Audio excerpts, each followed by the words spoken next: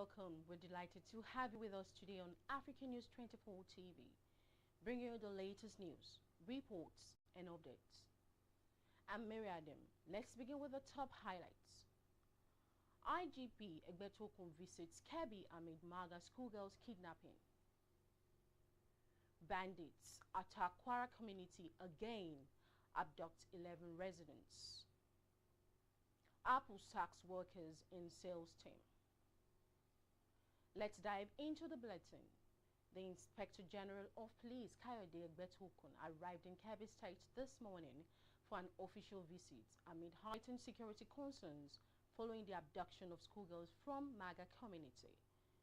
During the visit, the IGP is scheduled to meet with Kebbi State Governor Nasir Idris to discuss ongoing rescue operations and broader security strategies. He is also expected to address officers and men of the Nigerian police force in the state, reinforcing the commitment of the police leadership to ensure the safe return of the abducted students. Armed bandits struck again in Kwara State on Monday evening, abducting at least 11 residents during a violent raid on Isapa community near Eruku in Ekiti local government area. Eyewitnesses reported that more than 20 gunmen stormed the community around 6 p.m., arriving with a large herd of cattle and firing shots indiscriminately. In the chaos, an elderly woman was hit by a stray bullet. A community leader who spoke under anonymity confirmed that 11 people were taken away, including 7 members of the same family. Among the abducted victims are a pregnant woman, 2 nursing mothers, and several young children. Residents said the attackers moved through parts of the town, leaving bullet holes in walls and doors. Expended AK-47 shells were later recovered across the community after the gunmen fled. The United Kingdom has declined Nigeria's request to have former Deputy Senate President Ike Ekweremadu transferred home to complete his prison sentence. According to a report by the UK Guardian, the British Ministry of Justice said it was not satisfied that Ekweremadu would continue serving his term if repatriated. The decision came after a delegation sent by President Bola Tinubu traveled to London to negotiate his transfer. Ekweremadu is serving a 9-year, 8-month sentence for a 2023 conviction over an attempted organ trafficking case involving a young man brought to the UK. His wife and a Nigerian doctor were also convicted, though his wife has since completed her term and returned to Nigeria. The Southeast Caucus in the House of Representatives is appealing to President Bola Tinubu to grant clemency to the IPOB leader Nnamdi Kanu, who was sentenced to life imprisonment last week on terrorism-related charges. After a meeting at the National Assembly, 42 lawmakers from the region urged the president to consider a political and humanitarian solution. The one that Kanu's continued detention is worsening tensions and insecurity across the southeast.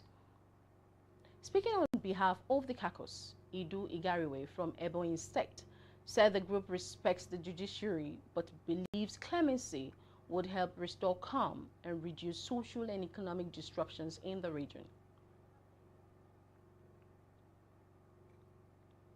The governors of the Southwest region have announced sweeping measures to strengthen security and prevent terrorists from infiltrating the zone. Meeting at the Oyo State Government House, Agodi, Ibadan, the leaders resolved to establish a joint regional security fund, a digital intelligence sharing platform, and enhance forest surveillance across all 6 states. The 6 Southwest governors, Babajide Sanwo-Olu of Lagos State, Seyi Makinde of Oyo State, Dapo Abiodun of Ogun State, Lucky Ayedatiwa of Ondo State, Biodun Oyebanji of Ekiti State, and Ademola Adeleke of Osun State, represented by his deputy Kola Adewusi, gathered at the Oyo State Government House at Ibadan for a high-level meeting on security, economic development, and regional integration. Presiding over the session, Forum Chairman Babajide Sanwo-Olu stressed that safeguarding lives and property in the region remains non-negotiable. The governors also agreed to regulate interstate migration, clamp down on illegal mining, and intensify documentation of foreigners. They reiterated their collective support for the creation of state police, describing it as an urgent necessity. The forum commended President Bola Ahmed Tinubu for his fight against insecurity and expressed solidarity with federal efforts in Kebbi, Kwara, and Niger states following recent kidnappings. The governors further pledged support for agricultural development, food security, and climate resilience, while charging the new established Southwest Development Commission to deliver effectively on its mandate. The forum agreed to set up a Southwest Security Fund, which will be set up under the Dawn Commission, and this fund will be administered by a forum of special advisors on security of all the Southwest states, and they have been mandated to ensure that they keep on a monthly meeting amongst the 6 special advisors. 2, the forum also set up a joint security intelligence sharing and communication platform. The forum resolved to establish a live digital intelligence sharing platform amongst all the 6 Southwest states. This platform will exchange threat notification, will ensure that incidents are logged, traveler and cargo alerts, and coordinate state-to-state response, among others. 3, forest surveillance. The forum commends the effort of the Nigerian Security and Civil Defense Corps. The forum commends the effort of our hunters, Amoteku members, and all other security agencies.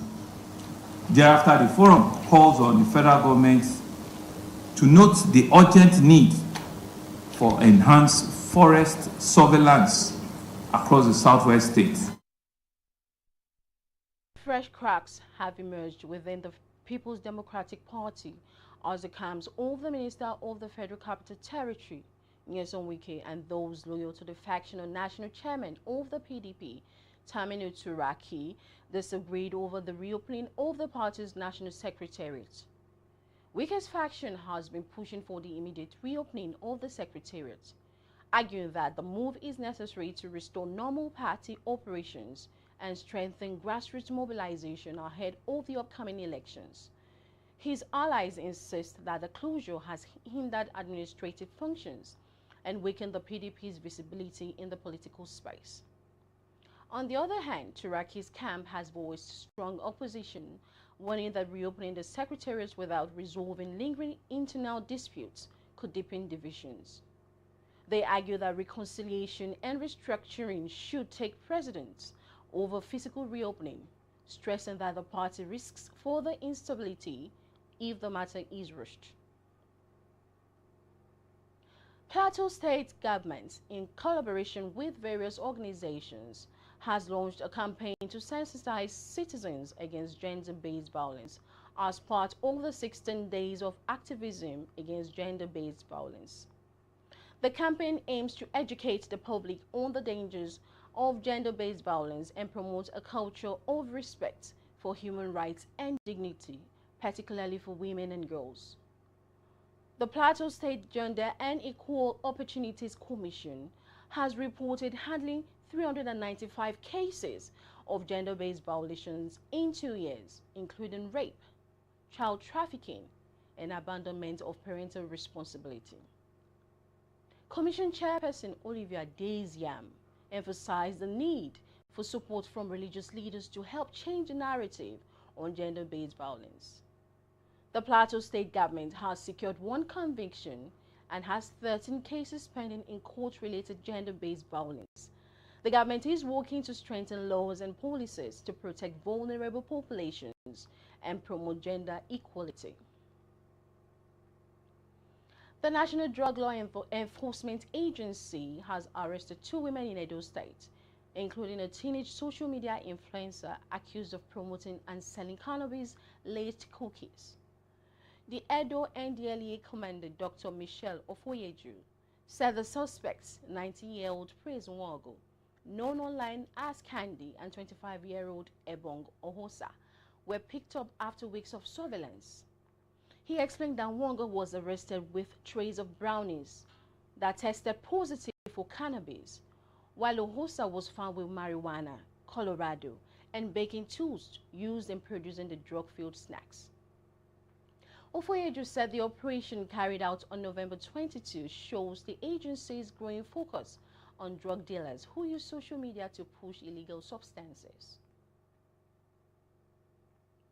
Members of the Association of Local Governments of Nigeria, ALGON, and KOGI State Commissioner of Information, Kingsley Fan, were gathered today in a press conference to address the claims that Kogi State government is misappropriating and diverting funds allocated to local government councils in the state.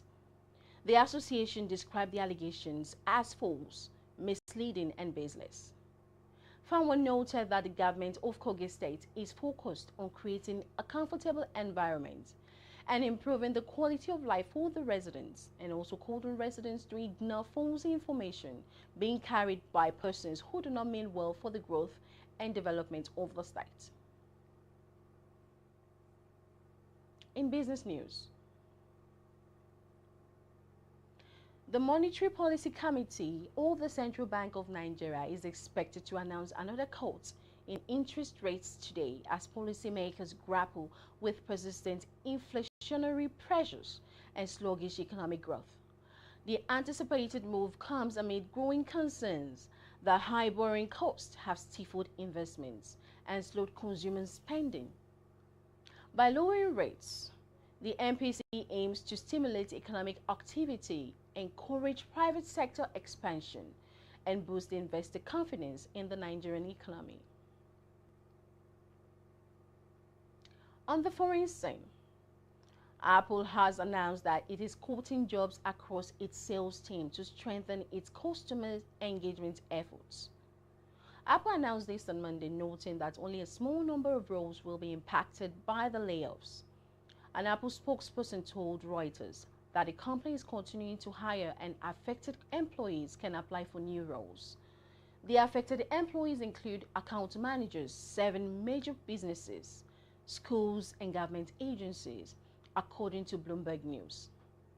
Staff who operate Apple's briefing centers for institutional meetings and product demonstrations for prospective customers were also affected. One of the major targets of the layoffs was a government sales team working with agencies including the United States Defense Department and Justice Department. The team had already been facing tough conditions after the 43-day government shutdown and cutbacks imposed by the Department of Government Efficiency. In the past few weeks, companies including Verizon, Synopsys, and IBM have announced job cuts.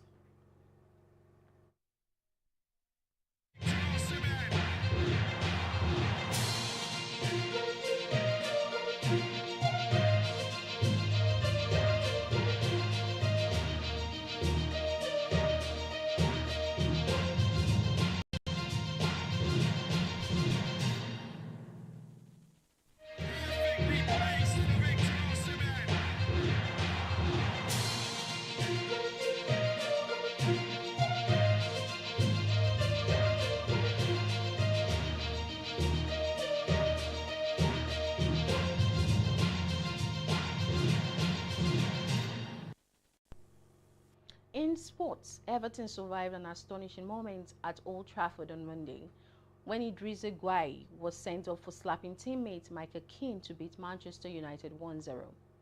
Senegal midfielder Gueye was given his marching orders by referee Tony Harrington in the 13th minute after putting his hands to Keane's face following an angry altercation. Gueye is the first Premier League player to be sent off for fighting with a teammate since 2008. The home crowd anticipated waves of attack, but United failed to take advantage, proving toothless against David Moyes' battling team. Instead, it was the 10-man Everton who seized the initiative, courtesy of a wonderful strike by Kenan Dewsbury Hall in the 29th minute. Dewsbury Hall received the ball midway inside United's half and surged towards goal, beating Bruno Fernandes and Lenny Yoro before bending the ball into the top corner. United, missing injured forwards Benjamin Sesko and Matheus Cunha, huffed and puffed but could not find an equalizer despite 25 shots on goal to Everton's 3.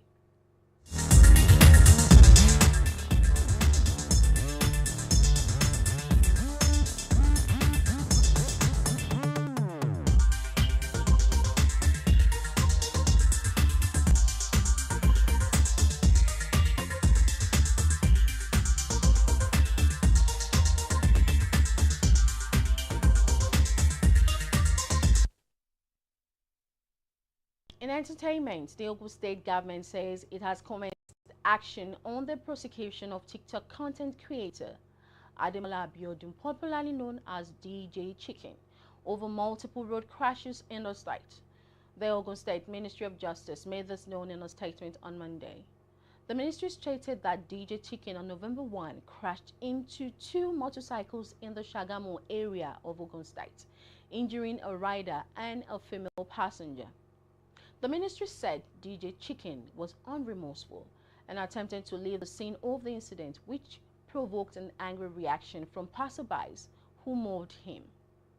It noted that after the incident, the Ogun State Police Command began an investigation and review of the circumstances, mindful to prioritize the medical care, privacy and recovery of the victims. The ministry added that DJ Chicken was again involved in another road crash in Lekki, Lagos State on Sunday, November 23. That's all we have for now. Thank you for staying with us on African News 24 TV. Don't forget to follow us across all the social media platforms displayed on your screen and visit our website at africannews24.ng to stay informed and ahead. We'll be back with more updates in our next broadcast. I'm Mary Adam. Bye for now.